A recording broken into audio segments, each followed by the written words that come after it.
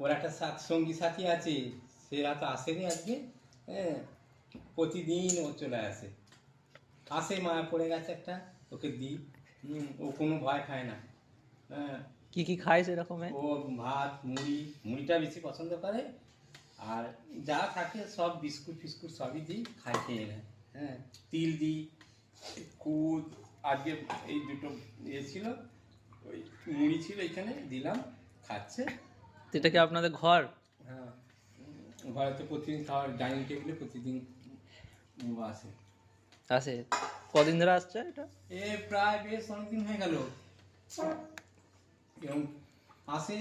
তা আপনি কি তাহলে এরকম পশু খুবই ভালোবাসেন? হ্যাঁ, খুব, আমার পাখি আছে, ছোট ছোট পাখি, সীমিত সময়ের জন্য বিএলওর কাজ তো, ডিউটি, মানে সময় হচ্ছে না, তারই মাঝে পশু পাখি আমার খুব ভালো লাগে। তা কি সেরকম পাখি পুষেছেন?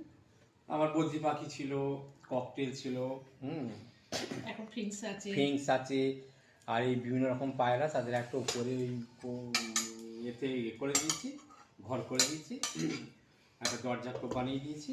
হ্যাঁ, থাকে ওরা। আচ্ছা। আর তারই মধ্যে একদম গা ঘেঁষা হয়ে গেছে, আসছে। হ্যাঁ, খুবই ভালো, ভালো লাগছে। এর নাম আছে নাকি কিছু? হ্যাঁ, এর নাম মুনিয়া। হ্যাঁ,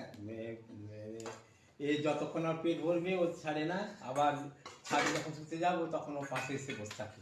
হ্যাঁ, এত চিন্তা করা যায় না।